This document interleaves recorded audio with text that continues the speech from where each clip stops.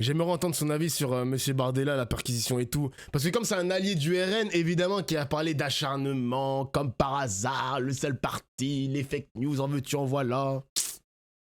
Les Christian Brothers, ça arrive les mecs. Les Christian Brothers, ça arrive fort. Et vous? Bah, très bien, mieux que la France. Mieux que la France. Avez-vous été perquisitionné Perquisitionné, vous, ce soir, non? Non, pas Alors, encore. Le RN Pas encore, a été perquisitionné. Je prends les propos là, de Jordan Bardella dans son tweet qui dit que jamais un parti d'opposition n'a subi un tel acharnement sous la Ve République. Êtes-vous d'accord avec lui, un acharnement? C'est clair qu'il y a une instrumentalisation de la justice. Maintenant, vous vous souvenez de Jean-Luc Mélenchon disant « La République, c'est moi » au moment d'une perquisition célèbre. Moi, je ne vais pas commenter toutes les perquisitions parce que une perquisition ne vaut pas condamnation. Donc, attendons de voir la suite. Ce qui gêne, c'est le sentiment que les perquisitions et les procès sont à géométrie variable. Voilà ce qui choque les Français. Maintenant, moi, je ne suis pas là pour commenter une perquisition. Je crois que moins on en parle, mieux c'est, parce qu'en vérité, ça ne veut rien dire. C'est du spectacle, là. Pour nuire, sans doute, au Rassemblement national. Vous pensez que c'est du spectacle? Ne tombons pas dans le piège. D'accord, vous pensez que c'est du spectacle? Je pense qu'il y a le fond. Vous pouvez avoir une perquisition à grand spectacle qui ne débouche sur rien. Ça victimise déjà, mais bien sûr. Le parti aura été sali, par exemple. Donc, je dis attention de ne pas tomber dans le piège. C'est tout. Dans un instant, on va parler des Français qui n'ont plus goût à la natalité, mais une autre question pour rester un peu sur la politique et sur le Rassemblement national d'abord. Pourquoi le Rassemblement national, selon vous, refuse de censurer et 2 jours après demande une certaine dissolution? Comment analysez-vous là, en ce moment, la position du Rassemblement national dans l'échiquier politique, dans l'actualité politique du moment? Vous avez peut-être lu mon tweet. Justement, j'étais content quand hier j'ai entendu Marine Le Pen et d'autres dire « faut une dissolution, on ne peut pas continuer comme ça ». Mais alors j'ai pas compris, comme vous le dites très justement, pourquoi 2 jours avant, ils n'ont pas censuré. J'avoue que j'ai manifesté mon incompréhension. Je crois que les Français aujourd'hui attendent la clarté politique. C'est pas clair le RN, François comme Bayrou d'hab, mène le pays à la clair. ruine. Michel Barnier a été censuré. Ça fait depuis le début que je dis qu'il fallait censurer François Bayrou tout de suite, faire des censures à répétition pour faire partir le responsable. Et le responsable, c'est Emmanuel Macron. Et vous pensez que ça le fait partir? Je pense que si le Rassemblement national avait multiplié les censures et pris vraiment la parole devant les Français en disant « chaque jour qui passe nous conduit vers le précipice », on ne va pas attendre. Ouais, la natalité, ils en ont parlé toute la matinée à la radio de Flin, les Français en dessous. Mais après, les gars, ça fait un moment qu'on en parle en stream, mais oui, il y a une crise de la natalité dans l'Europe, hein. Dans l'Europe occidentale, c'est la merde aussi en Russie sur la natalité. On avait vu que la Corée du Sud, c'est la merde. On a vu qu'au Japon, ils perdent 1 million d'habitants par an faute de natalité. C'est une dinguerie, hein. 2027, c'est une folie. Voir le bateau couler pour réagir. Je pense que là, il y a une responsabilité. Alors, je sais ce qu'on va me dire. Et c'est ce que dit souvent le Rassemblement national, les Français sont là des crises, les Français veulent qu'on attende. Non, les Français n'en peuvent plus. Et je pense qu'un responsable politique ne doit pas se déterminer toujours en fonction du sondage du moment, mais de son intime conviction. Et moi, mon intime conviction, et là, je n'ai pas changé d'avis, mon intime conviction, c'est que chaque jour de perdu, chaque jour qui passe est un jour de perdu. Et mon intime conviction, c'est qu'on est en train de vraiment de faire naufrage. Et mon intime conviction, c'est que je ne vois pas comment on va continuer comme ça encore près de 2 ans. Je trouve ça extrêmement dangereux. Extrêmement dangereux. Faillite financière, insécurité. Et vous le disiez il y a un instant, on voit très bien la fin des libertés dans notre pays. C'est pas accessoire.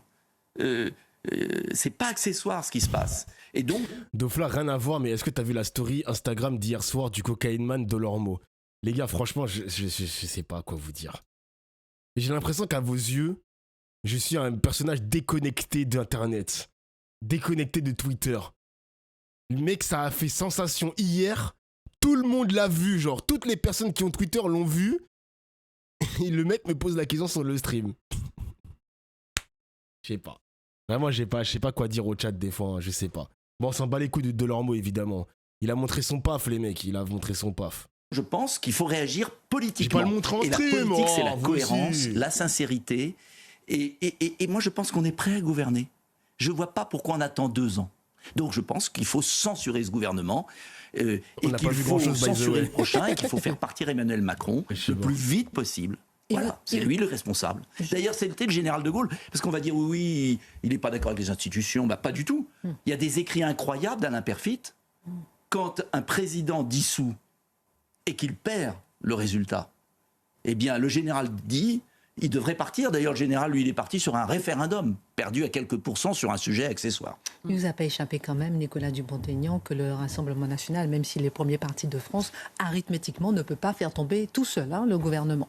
Non, mais quand les autres votent la censure, au moins votons-la en même temps, si je puis dire. Alors, venons-en, si vous permettez, au sujet du jour qui est particulièrement... C'est quoi les sujets? Attendez, je regarde la bête. Oui, voilà, je vais voir les gars, c'est le seul sujet qui m'intéresse de ce soir-là, et ensuite on se casse, vous inquiétez pas. Je vais pas vous... il n'y aura pas une overdose de CNews, promis les mecs. Juste la natalité, ça me parle. Je sais pas les gars, ça me parle parce que c'est un sujet...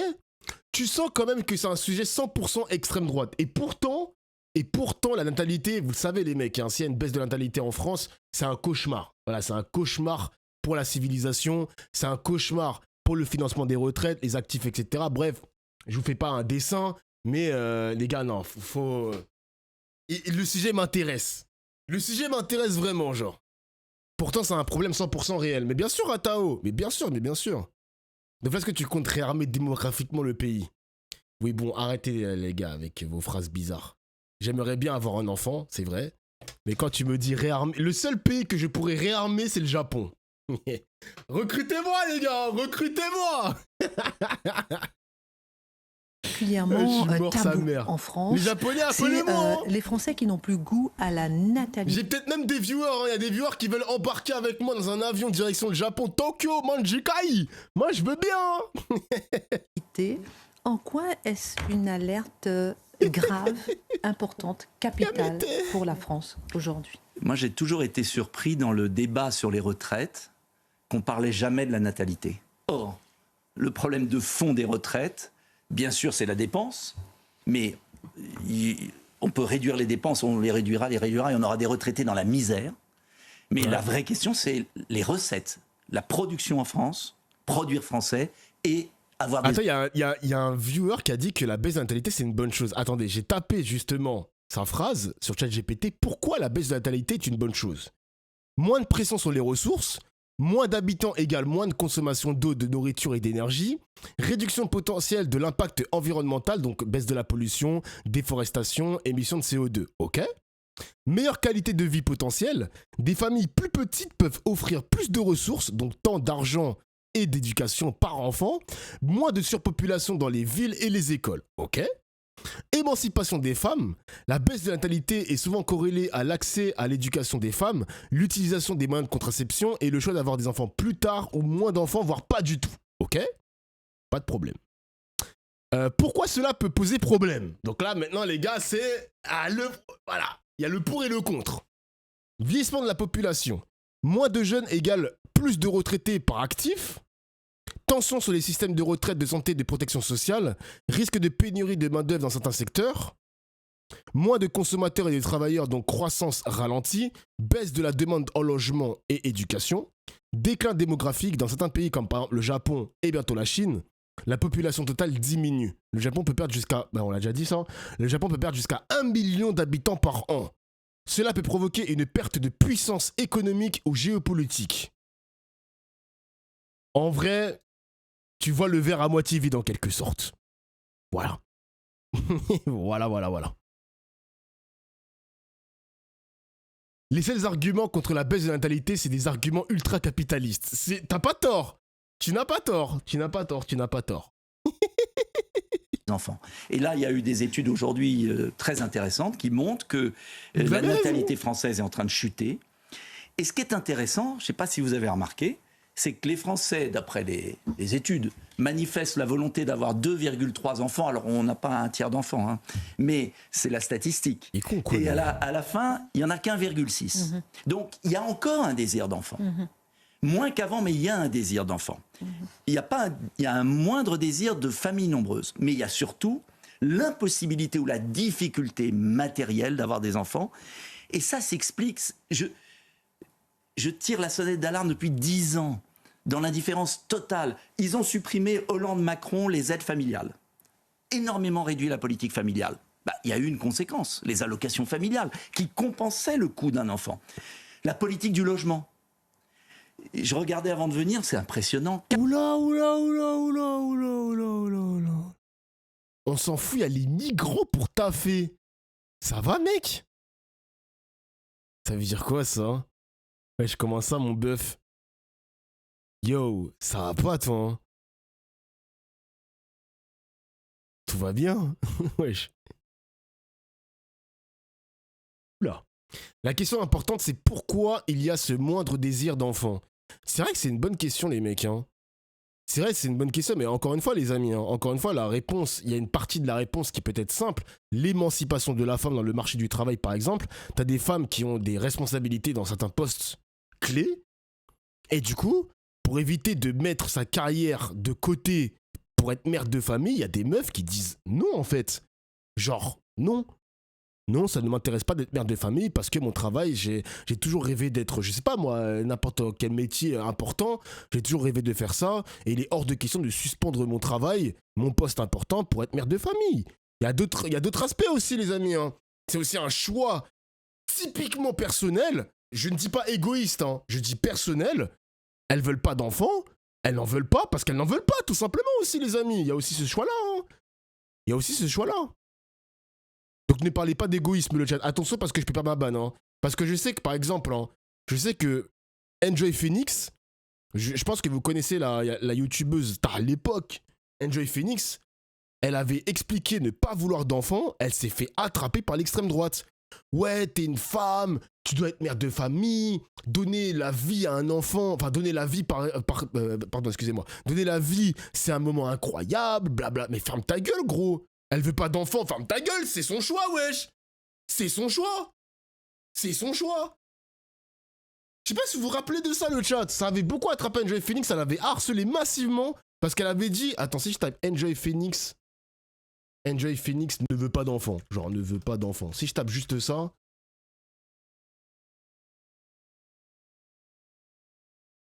Oui, voilà. Ah, ben putain, 2021. Ça date, hein. Mon utérus, mon choix. 2021. L'histoire a déjà 4 ans. Donc, vous trouvez des articles sur internet sur ça. Il y avait plein de personnes qui avaient harcelé à l'époque sur Twitter Enjoy Phoenix parce que la meuf ne veut pas être mère de famille. Ben, enfin, excuse-moi, mais c'est son choix en fait. Donc là, appelle-la pour le content, elle est en stream. Oui, bon, mon gars, lâche ça. Le fameux utérus sur patch, je te jure, mec, c'est grave quand même, hein. Je sais qu'il y a une problématique sur la natalité, je le sais. Je sais que c'est un problème civilisationnel, les mecs, hein. C'est un problème civilisationnel, pardon, cette baisse de la natalité. Mais bon, on va pas aller forcer des jeunes femmes à avoir des gosses, hein. Genre même le père, même le daron, peut-être que le gars ne veut pas d'enfant aussi. Bon, c'est assez minoritaire peut-être, je ne sais pas, je sous-estime peut-être le chiffre. Lâchez ça en fait. Lâchez ça, genre. Lâchez ça. 430 000 logements construits par an en 2017, on est à 250 000 cette année.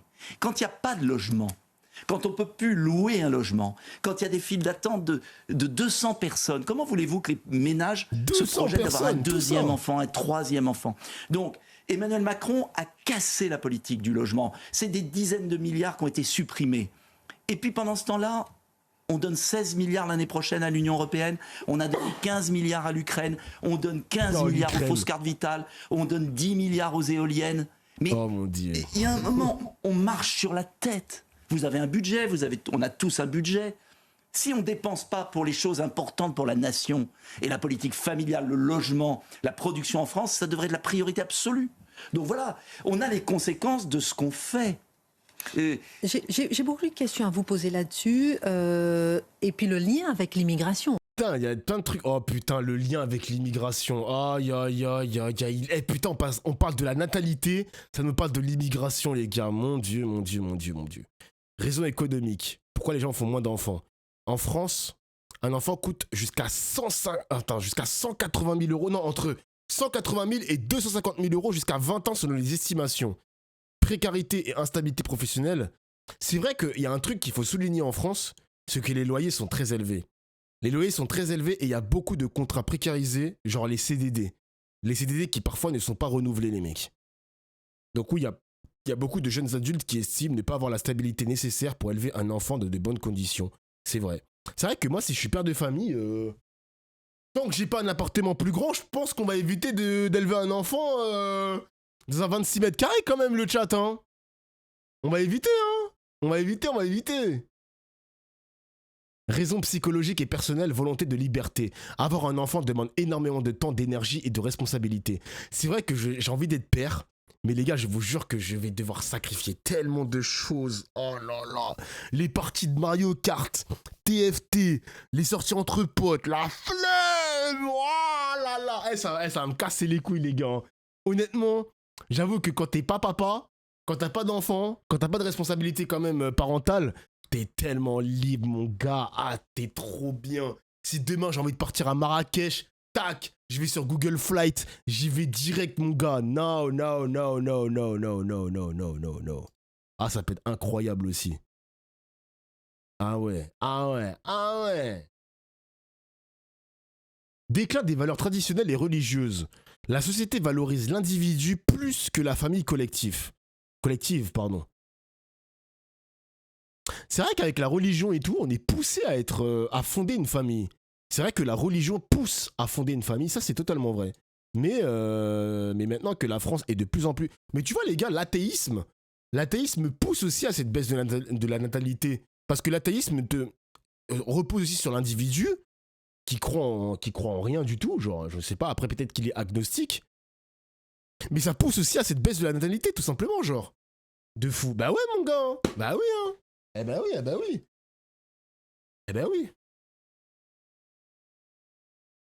L'athée ne croit qu'en lui-même, mais bien sûr. Hein, c'est quoi le rapport? Mais frérot, on vient de t'expliquer. Oh là là. Bon, vas-y, laisse tomber. J'aurais t'expliqué que dans la religion, les valeurs traditionnelles te poussent à fonder une famille. Genre donner la vie, le mariage qui fait partie des sacrements dans ma religion à moi, dans le catholicisme. Je suppose qu'en islam, c'est extrêmement aussi important le mariage. Je pense que oui, hein, c'est un tapine de le dire. Mais oui, fonder une famille, c'est extrêmement important aux yeux de Dieu, genre. Dieu t'oblige à fonder une famille, exactement. Bah oui. Mais il a rien écouté, le poteau, wesh. Après, je ne dis pas, les gars, je n'ai pas dit que tous les athées sont pas pères de famille, hein. Je n'ai jamais dit ça, hein. Je n'ai jamais dit ça. Donc attention. Il y a des athées qui sont pères de famille, mères de famille, grand bien leur face, tant mieux pour eux. Donc attention. Et puis, où est-ce qu'on peut aller? La natalité, c'est très bien de se réveiller aujourd'hui, mais pas de résultat avant 10 ans, 15 ans, 20 ans. Bon, je fais une petite parenthèse pour laisser peut-être une question à Gabrielle Cluzel, puisqu'elle a écrit le livre Yes Kids, et où elle a analysé justement ce problème de... Je suis mort. Il y a un mec dans le chat qui l'a posé. J'ai copié-collé sa question. Est-ce que dans l'islam, ne pas avoir d'enfant est haram? Non, ce n'est pas systématiquement haram, mais ça peut être mal vu ou déconseillé dans certains cas selon les intentions et la justification. Avoir des enfants est une sunna, pas une obligation. Ok. Refuser d'avoir des enfants par rejet de la création ou par désespoir peut poser problème. Si une personne refuse les enfants par haine de la vie, par défi envers la religion ou par des rejets de responsabilités que Dieu confie, cela peut devenir problématique d'un point de vue théologique. Ok. En tout cas, avoir des enfants, c'est recommandé, mais ce n'est pas obligatoire. Par contre, le rejet d'avoir un enfant, avoir une responsabilité peut être problématique. Ça peut être considéré comme un péché. Prenons Souna, on dit Souna, le village de Souna. Non, je rigole. Natalité, nous au moins on en parle un peu dans cette émission. D'ailleurs, il n'y a pas que les moyens financiers. Je parlais des moyens, mais il y a aussi l'avenir d'un pays. C'est un baromètre. Non, mais la question que je me pose, c'est quand même, on voit que ce phénomène s'étend à toute l'Europe, tout l'Occident même. Est-ce qu'il n'y a pas un phénomène d'autodétestation collective? Vous voyez, c'est-à-dire que pour se dupliquer, pour se reproduire, il faut s'aimer. Il faut se juger digne de transmettre et de se pérenniser. Est-ce que finalement, on n'a pas instillé cette idée dans les peuples occidentaux qu'ils ne méritent pas de se reproduire, qu'ils n'ont qu'à s'éteindre? Et on voit bien du reste qu'on dissuade les femmes d'avoir des enfants. Il y a une dissuasion tous azimuts. What? Mais qu'est-ce qu'elle raconte, les gars? Vous le sentez, cette promotion de l'antifamiliarisme, on va dire ça comme ça? Genre le fait d'être poussé à ne pas avoir d'enfants. Il y a une promotion de ça, les gars. Il y a personne qui me bouscule en mode, frérot, être père de famille, ça pue sa mère. Hein. Elle a pété un plomb, la meuf. Écologique, économique, sur tous les plans. L'instant présent au détriment de la perspective. Mais il ne faut pas s'étonner à partir du moment où les gouvernements aussi... Un peu pour l'écologie. Après, les gars, la branche la plus radicale de l'écologie qui te dit ne fais pas d'enfants, bon, c'est assez marginal, les mecs, n'abusons pas quand même. Mais en général, sur l'écologie, c'est plus l'activité humaine, la surproduction, le capitalisme poussé à l'extrême. C'est ça, c'est ces sujets-là qui sont fondamentaux pour l'écologie. Mais si l'écologie vient te toquer à ta porte et te dire « Frérot, pour protéger ta planète, ne fais pas d'enfants », je pense pas que ça existe, les mecs. Hein. Je ne pense pas que ça existe. Arrêtons de se dire des conneries quand même, les mecs. Hein. Arrêtons. Et les politiques, nous les premiers, on va discuter des heures de micro-détails, mais quelle vision on veut de la France? Est-ce qu'on est fier de notre pays? Est-ce qu'on lui rend son indépendance? Est-ce qu'on défend un humanisme? Qu'est-ce qu'être français aujourd'hui? C'est ça la vraie question. Il y avait un ancien président de la République qui avait New York Police comme t-shirt pour les courir. Je citerai personne. Ça m'exaspérait, pas parce que je suis contre la New York Police, mais c'est parce que la France, c'est quoi? Liberté, égalité, fraternité, une histoire millénaire, la volonté de peser dans le monde. Si on n'a pas la fierté d'être français, il n'y aura pas d'enfants. Et puis la fierté d'une civilisation aussi. Donc c'est un suicide européen. Mais il y avait quand même une spécificité française. Regardez les chiffres. Je lisais un chiffre, je ne le croyais pas tout à l'heure, il faut vérifier, parce que je veux pas... Parfois la presse se trompe, sinon on va dire fake news. Mais je lisais que l'Espagne, dans 20 ans, verrait sa population quasiment diminuer de moitié. C'est colossal. Donc c'est la fin de l'Europe. Alors là, c'est le grand remplacement. Non mais tout le monde hurle sur le mot. Alors je veux dire le remplacement permanent pour être élégant. C'est là effectivement où tout le monde fait le lien avec l'immigration. Mais un peuple qui ne veut plus vivre. Les gars, je sais très bien ce qu'ils vont dire. On a déjà fait le sujet sur mon stream, les mecs. Quand ils parlent de grands remplacements, ils disent que comme les blancs ne font plus d'enfants, ils vont se faire grand remplacer par les non-européens. Les non-européens qui, eux, font des enfants parce qu'ils sont toujours un peu dans leur tradition avec l'islam, l'islam, hein, tout simplement, l'islam, le métissage, les traditions qui sont encore là. Tandis que les blancs français qui s'émancipent, par exemple chez les femmes, ne font pas d'enfants parce qu'ils sont, comme je l'ai dit, postes à responsabilité, etc. Les gars, je vous ai dit quoi? Charbonnet les blancs. C'est pas de notre faute, les mecs. C'est pas de notre faute. Merci Yerim pour le sub. Pedro Pascal. Non, je rigole, j'allais dire un truc sur Pedro Pascal, mais on va laisser tomber. Mais les gars, la pirouette de haut niveau, non mais c'est pas une pirouette les gars, c'est vrai. Bon, je sais pas si je parle de CNews, hein, mais c'est sûr qu'ils allaient faire un grand écart avec l'immigration. C'est pas de notre faute, nous noirs, nous racisés, si les blancs ils font moins d'enfants, bordel. On va pas nous faire porter cette responsabilité, putain de merde, c'est quoi ça? Oh, c'est quoi ce bordel? Entre nous, la législature. Il y a 2-0 pour Paris. Le putain, deuxième génial. quinquennat Macron. La plus grande loi qui va rester, c'est laquelle? Oula. C'est l'euthanasie. Oula. C'est piquer les vieux avec l'applaudissement des mutuelles. Voilà. What? Eh bien, écoutez, je suis désolé. C'est effrayant. Donc, il y a un moment... mais est-ce que c'est la majorité des Français? Je crois pas. C'est une minorité. Et puis, c'est aussi... Alors, c'est mon côté marxiste, peut-être. Et pourtant, je ne le suis pas. C'est quand même la société de consommation à outrance. Une société de consommation à outrance où il n'y a que la consommation frénétique au quotidien, on n'a pas besoin d'enfants. Imaginez, vous avez vu cette histoire horrible où le nombre d'hôtels qui interdisent les enfants. Oui. Mais comment c'est possible? Enfin voilà. Donc il faut une politique d'aide, mais on peut changer les arbitrages. Moi, vous savez, il y a 50 milliards qu'on peut flécher différemment. Voilà, vous arrêtez les aides pour acheter des armes américaines. Il y a un mec qui l'a dit, lâche Marx, toi, imbécile, lâche ça. Il a raison, c'est triste, mais c'est vrai. Là où il a raison sur la société de consommation, les mecs, c'est vrai qu'encore une fois, on est poussé à la consommation. Mais tu sais, on parle de la consommation de type... Tu peux pas consommer si t'es père de famille, par exemple. Littéralement, il a cité l'exemple des hôtels, mais t'as des restaurants aussi. T'as des restaurants qui sont interdits pour les enfants, genre. Donc littéralement, si t'es une famille, tu ne peux pas venir dans ce restaurant. T'as des parcs d'attraction, t'as des programmes aussi à consommer où t'as uniquement besoin d'être deux ou d'être solo. oui, il a raison sur ça, on est poussé à la consommation. Bien sûr, les mecs, on est poussé à la consommation, gros. Mais après, le constat de parler de grands remplacements, de parler de je ne sais pas quoi, toute son idéologie d'extrême droite, oui, ça pue sa mère. La seule petite partie où il a raison, c'est la surconsommation. On va l'aider à découvrir qui est vraiment cette Renée. C'est quoi ça? Wesh mon fête. Il y a un mec qui s'est fait... Il y a Drapi qui s'est fait raid. Ok. Regardez les gars, on consomme Dofla tous les soirs. Ben, c'est de la consommation aussi les amis. Après, d'ailleurs il y avait un viewer hier qui m'a fait un petit... j'ai bien kiffé, il m'a fait une petite capture d'écran où il regardait son stream sur la télé là, sur sa grande télé, avec sa famille. Genre il y avait la table, la télé, et il y avait ma grosse gueule de noir. Il y a ma grosse gueule de noir, voilà c'est ça, faut dire les termes. Merci les familles d'écouter mes streams. Merci. Je vais essayer de dire moins de gros mots. Hein. Les zizi, tout ça, on va arrêter de dire des gros mots maintenant. Il y a des familles qui me suivent.